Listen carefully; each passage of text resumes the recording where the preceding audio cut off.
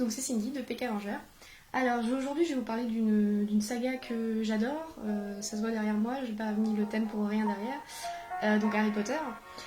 Et je vais vous parler d'une question assez polémique dans l'univers Harry Potter qui divise du coup la communauté Potterhead, qui est le blason de Serdaigle. Donc moi je ne suis pas Serdaigle, je suis Serpentard, mais je vais exceptionnellement prendre la cause de Serdaigle, voilà. Donc le blason de Serdaigle c'est un aigle. Donc pour une fois la traduction française qui a été faite par Jean-François Ménard, pardon, je le rappelle, ça accroche à la réalité, donc c'est plutôt un bon point, ça change des petites habitudes qu'on a nous en France de déformer tout. Donc pourquoi est-ce que les films finalement ont choisi l'emblème du corbeau? Alors, il y a plusieurs explications. La première, c'est que en réalité, ils craignaient que les gens ne comprennent pas pourquoi Ravenclaw, parce qu'en anglais c'est Ravenclaw du coup, aurait pour emblème un aigle et pas un corbeau, parce que Raven en anglais ça veut dire corbeau. Donc ils se sont dit pourquoi, enfin, les gens vont pas comprendre, ils vont se demander pourquoi.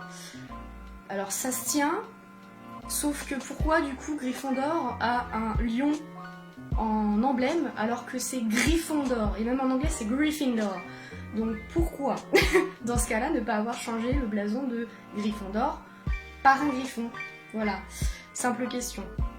Ensuite, on peut ajouter l'explication, ou en tout cas l'attrait que la Warner a pour le corbeau, que finalement, après les films, donc ils ont fait l'erreur de mettre un corbeau, et ensuite ils ont développé des produits avec le corbeau. Donc ils n'allaient pas dire ensuite, ah non, en fait c'est un aigle. Ça l'aurait un peu mal fait au niveau de la production et au niveau de financier en fait, hein, tout simplement. Même si à mon avis ils sont pas à plaindre de ce côté-là, mais bon, le but c'était de vendre les produits, donc si on annulait entre guillemets la production, tous les produits qui avaient dérivé, qui avaient été faits avec le corbeau, auraient dû être supprimés des recettes et des bénéfices de la Warner. Donc ils n'avaient pas changé d'opinion en cours de route.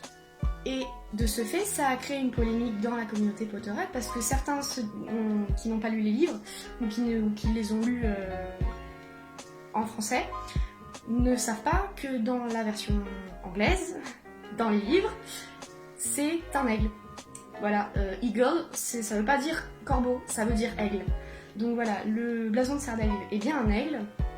Et la raison pour laquelle ça s'appelle Ravenclaw, et là aussi du coup nous en France on a ce débat par rapport au corbeau, c'est que Raven, donc ça veut dire corbeau en anglais, aujourd'hui, dans l'ancien anglais, et J.K. Rowling a maintes et maintes fois prouvé et assumé le côté manipulateur, on va dire, qu'elle prend avec la langue anglaise, ou en tout cas elle connaît parfaitement les subtilités de sa langue dans l'ancien anglais aussi.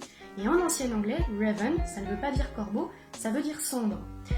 Comme du coup c'est Ravenclaw, claw cerf, Raven sombre, cerf sombre, comme les cerfs d'un aigle, tout simplement.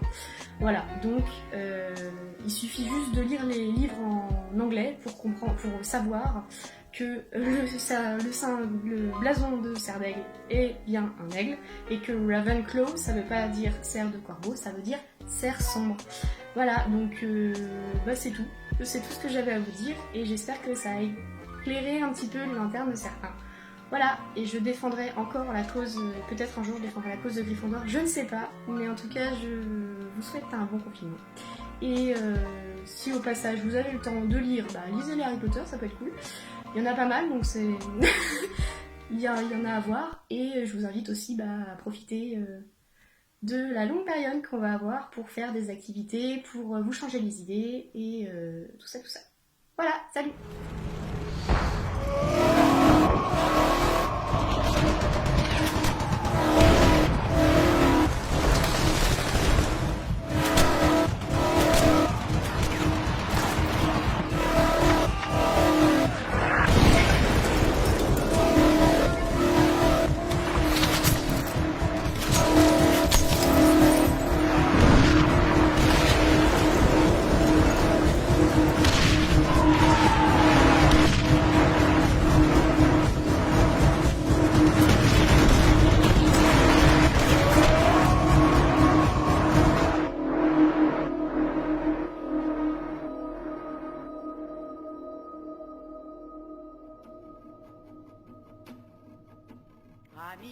Bonjour tout le monde, c'est Jolan de PK Mangers, j'espère que vous allez très bien, pour ma part je vais bien.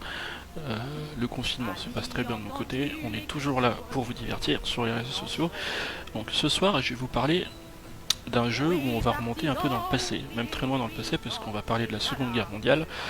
Donc le jeu néanmoins retrace cette partie de l'histoire. En fait c'est un jeu massivement multijoueur, donc c'est un jeu en ligne en fait si vous voulez. C'est un jeu qui est stratégique, donc faut prendre des points. En fait, il faut prendre des points adverses et l'adversaire doit aussi attaquer nos points, puis prendre nos points à nous et vice versa. En fait, c'est comme ça que ça se passe si vous voulez. C'est un peu un battle royale, sauf on a des objectifs à atteindre et il faut jouer ça stratégiquement parce que sinon on perd. Donc le jeu, par qui il a été développé? Il a été développé par Retomoto, donc c'est une société française apparemment. Le jeu aussi a été publié le 18 octobre 2016, enfin il est sorti le 18 octobre, donc il commence un peu à dater. Voilà. Qu'est-ce que j'ai à vous dire dessus? Le jeu est vraiment facile en prise en main.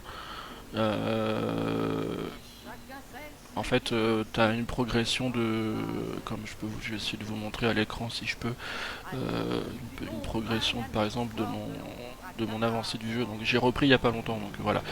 Donc on a plusieurs catégories de personnages qui sont là. Au tout début, bah, on a le fantassin, donc on se fait un peu laver parce que c'est le petit monsieur avec une petite comment on appelle ça, une carabine, donc contre des joueurs qui ont des mitraillettes en face c'est un peu compliqué de jouer, donc faut faire attention, faut se mettre à couvert, faut jouer très prudemment et puis après en fur et à mesure on évolue et puis voilà on a tous ces types de fantassins et puis on devient beaucoup plus fort et puis on peut forcément faire plus d'actions avec les joueurs qu'on a débloqués. Voilà. Je ne sais pas si j'ai été clair sur mon explication, mais le jeu est très facile, je me répète, mais il est très facile à prendre en main. Pour les gens qui n'ont jamais joué au FPS, moi c'est un jeu qui m'a tenu en haleine parce que bah déjà les Call of Duty de maintenant, si vous voulez, c'est trop futuriste pour ma part, et celui-ci en fait il y a les éléments de décor, il y a les armes à feu qui sont vraiment on a l'impression d'incarner un militaire de cette époque-là, et puis c'est vraiment cool. Le jeu est pas très violent en lui-même, donc j'essaierai de vous mettre un petit gameplay si j'arrive à enregistrer un, ou sinon je vous mettrai la petite bande-annonce du jeu. Voilà, donc ce que j'avais à dire sur ce jeu, il est vraiment bien, donc moi je dois être à 30 heures de jeu, un truc, parce que j'ai repris il y a pas longtemps. Et je joue avec un ami, donc on peut jouer entre potes, donc c'est plutôt cool, on passe des bons moments. Voilà, pour ma part, donc j'espère que j'ai pas été, comment dirais-je, que je suis pas trop bafouillé, que ça a été clair pour vous mon explication. Mais en tout cas, voici pour le jeu que je présente, qui s'appelle Heroes en General. Il est, d'ailleurs, je l'ai pas précisé, très chose importante, le jeu est gratuit. Le jeu est gratuit, c'est pour ça qu'aussi que je l'ai téléchargé, il prend pas beaucoup de place. Donc voilà pour ça. Je vous souhaite une bonne soirée, passez un bon confinement, faites attention à vos proches. Et puis si vous avez le temps pour jouer, ben, n'hésitez pas, c'est le moment. A très bientôt, bisous.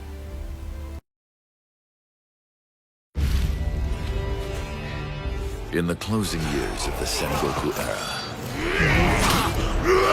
Japan was consumed by a perpetual conflict.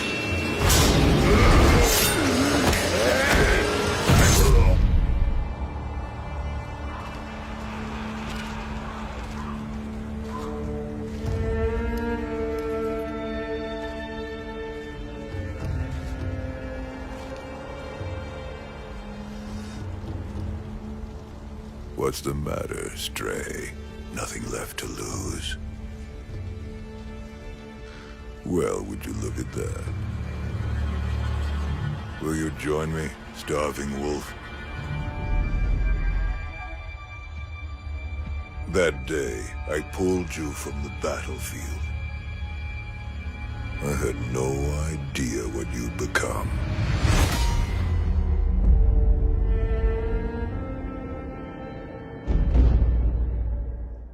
Bonjour à tous, c'est Teddy des Peck Avengers. J'espère que vous allez bien. Moi de mon côté, tout le monde va bien, je vais bien. Je m'amuse comme un petit fou à tester plein de nouveaux jeux pour vous les présenter. Notamment le dernier en liste, Sekiro. Alors Sekiro, qu'est-ce que c'est? Eh ben, j'en sais rien. Non, je déconne, bien sûr que si, je sais.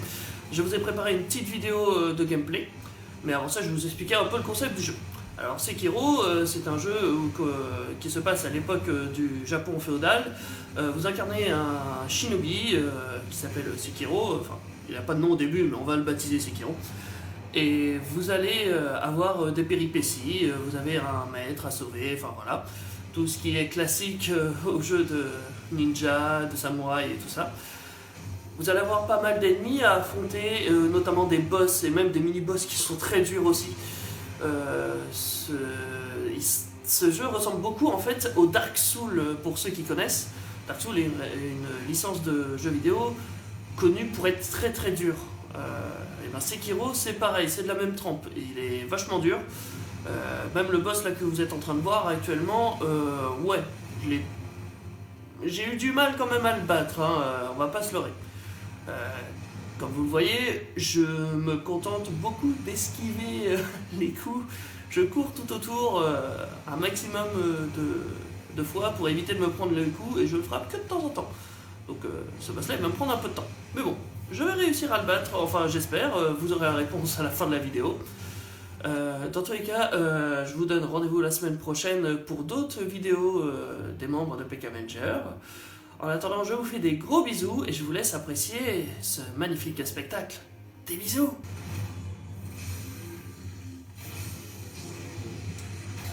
Hop, et voilà, je l'ai battu. Il est mort, voilà, je peux lui sauter sur la gueule.